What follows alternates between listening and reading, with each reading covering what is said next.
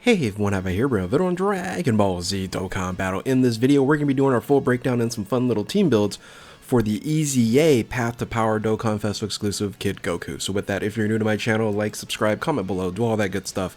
Let's go ahead and dive right in. And it seems like I'll probably be doing more of these because the relevancy of a 200% lead and to really rebuild teams is probably what's going to be happening this year, where there's going to be a lot more 200% leaders from the past getting their EZAs and making them more relevant. So yeah, it's going to be very fun to go ahead and re-break these units down. So let's go ahead and start first and foremost on how to get the EZA completed. You want to bring extreme class units that are terrifying conquerors, preferably strength units, STR units, however it's not required, but I would say these three would be kind of like some leaders for you to choose from.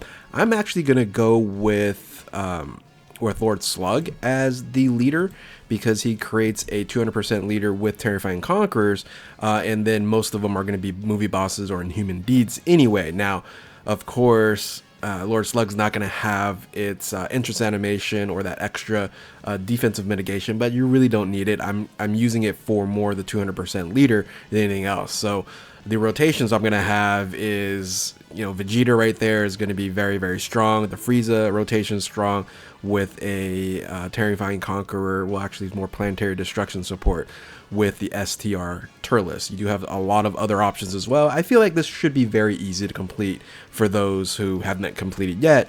It should be very easy for you guys to complete with these types of teams. So again, you do have other options to build, but I'm just going to go with this team here. So let's go ahead and move on to the unit in of itself and break down really, I think, a very, very strong unit. I just realized I don't have the categories on here. Well, anyway, you have more categories on the Path to Power Goku than you do on the new Dokkan Festival exclusive AGL Kid Goku right now, right? So that's a huge benefit, but ultimately, like I mentioned before, when you look at the unit in of itself, you're going to have a it's the same leader skill, right? But they provide you additional ki. So this just tells me that 200% leaders are just going to be around for quite some time. Yes, we have the 250, 220 right now, but I think 200% teams are going to be relevant, especially with these EZAs around here. So extra benefits they ended up having on this EZA provides you additional raises defense for 1 turn on the 12 key super attack, and then the unit super attack is greatly raises defense and greatly lowers attack on there. And this can happen with a unit super attack activation of Yamcha, Master Roshi, Oolong, Bulma Youth, or Bunny Bulma, or of course Hachan on the rotation. We haven't heard that Hachan's going to get his EZA. I hope he does get an EZA so that we have another unit that we can run possibly on this team. So the passive skill here, they've really increased the baseline attack and defense 159%, and DB Saga, Youth, and Dragon Ball Seekers category allies Ki +3 50% above. So it's a support leader, which is great. Makes the team I think relevant, especially if you have 2 of these units, and it's going to be basically most of the time on rotation. And yeah, having that 50% boost for these categories is going to be great. However, I am going to talk about, when we talk about the teams here, there's going to be one rotation that's going to be very easy to get the support here, but the second rotation, generally speaking, isn't going to be these units. So and that's a shame, right? So when attacking with 12 or more key, well, basically max super attack here, you're going to get additional attack defense 159%, which is huge. So you should get this all the time. For every key sphere obtained, so this is a nuking unit, you're getting an additional 30% to attack and defense, making this unit incredibly powerful and strong, especially if you have orb changers, and this having a rainbow key sphere orb changing just makes this unit again just very strong.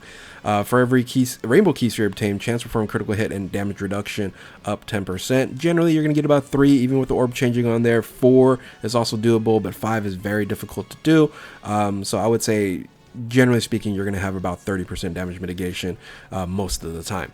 So here's where it gets very interesting, where what they did with this unit, which I really like that they ended up doing, was if you're in 3rd position, you're going to have a reduced requirement to get key spheres to increase your skills here. But if you're on like first position or second position, you just have to get more key spheres. So not a bad thing.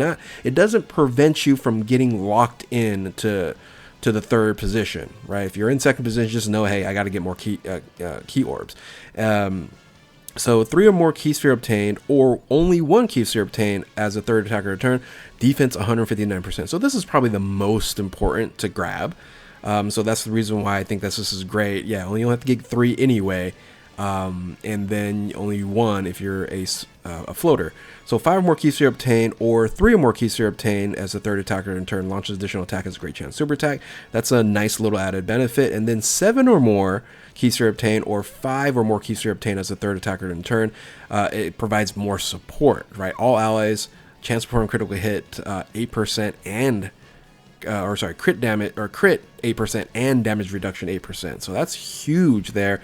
And then an additional 8% to all allies for 2 turns for attack and defense. Not, a lot, but still it is going to help out for sure. And having the 2 turns here is very, very useful. So being a support, having this support here and then having some slight support but damage reduction 8% is great. For only 5 or more key sphere obtained, that's going to be very, very often, right? So I think they did a really, really, really good job in what we can possibly see in the future in terms of what these EZAs might look like. And I really hope that we get more support type units, even though this was already a support leader. I hope we get more support leaders in the future, or when they EZA, they add some support in there. So let's talk about teams here. I think the teams are going to be interesting. I just basically put the Path to Power Goku as a floater. Can you put him in first position? Sure. Can you put him in, well, maybe not first position, but second position? Sure. So there is an opportunity to go ahead and do that. But for example, here you have a quadruple support, and I kind of mentioned in that second rotation, in the main rotation, you're generally going to run other units than DB Saga Youth or Dragon Ball Seekers. And that's kind of unfortunate, right? Because I think some of these units here are very, very, very strong. But you have this Namek Goku with Gohan and Piccolo, which is a very odd rotation, being that both of them really needs to be in slot 1 to get that additional damage mitigation. But anyway, you'll see some other options that you can choose as well. But like this unit's fantastic to link up and match up in main rotation with the AGL Kid Goku, and it's going to support like all of them, right? So in the main rotation here, it's going to support them and them. And that is quite amazing due to the fact, actually it's going to support all right here, due to the fact that it's going to be a 60% support for DB Saga characters, right? So it's a great unit to be in main rotation, again, along with the new Dokkan Festival exclusive Kid Goku. Now again, that second main rotation, you just have a lot of different options to run. So one of the options you can run here is a 170% Full Power Frieza, EZA Full Power Frieza, and Gotenks. The reason why they have to run together, because Gotenks doesn't get his additional mitigation and extra boost because it needs another final trump card attacking in the same rotation. And the only one that's like at least viable on this team here is Full Power Frieza. So it's kind of very awkward and weird second rotation there, and that's really one of the reasons why I put Beerus on there as well. Actually, can I even put Beerus on there? Because Exploding Rage, oh, I can't. Okay, so because I changed this a little bit, so Beerus can be used here if Gohan is on this rotation at 170%, but not Chi-Chi. That's yeah, I ended up changing that. So ultimately, if you're running this here, you're gonna stick with the Bulma up here, so I should just move Bulma right here as the option if I'm gonna run Chi-Chi, but if I have Gohan on here running 170%, I can run Beerus on there. Anyway, you guys can kind of figure that out. So I think I did the same thing here. Oh, okay, I just messed up on this one. I had it all set up for this one. So so if you change Bulma and you have Tech Beerus at 170%, in that first rotation, you're gonna have to run the Gohan on there. So basically, I'll just move Chi-Chi down below. But I think this is probably a better rotation. But I'm just showing you guys kind of different setups and builds that you guys can run. So on the second rotation here, this is actually a pretty nice rotation here. It's going to be Beast Gohan at 170%, and then 200% for Namek Goku. So that works out fine. Both rotations have Exploding Rage on it, so Beerus is going to activate no problem. It is going to be more of an attack support than any kind of defensive support because it's super class, but again, Beerus is still a very, very strong character and unit you can run there.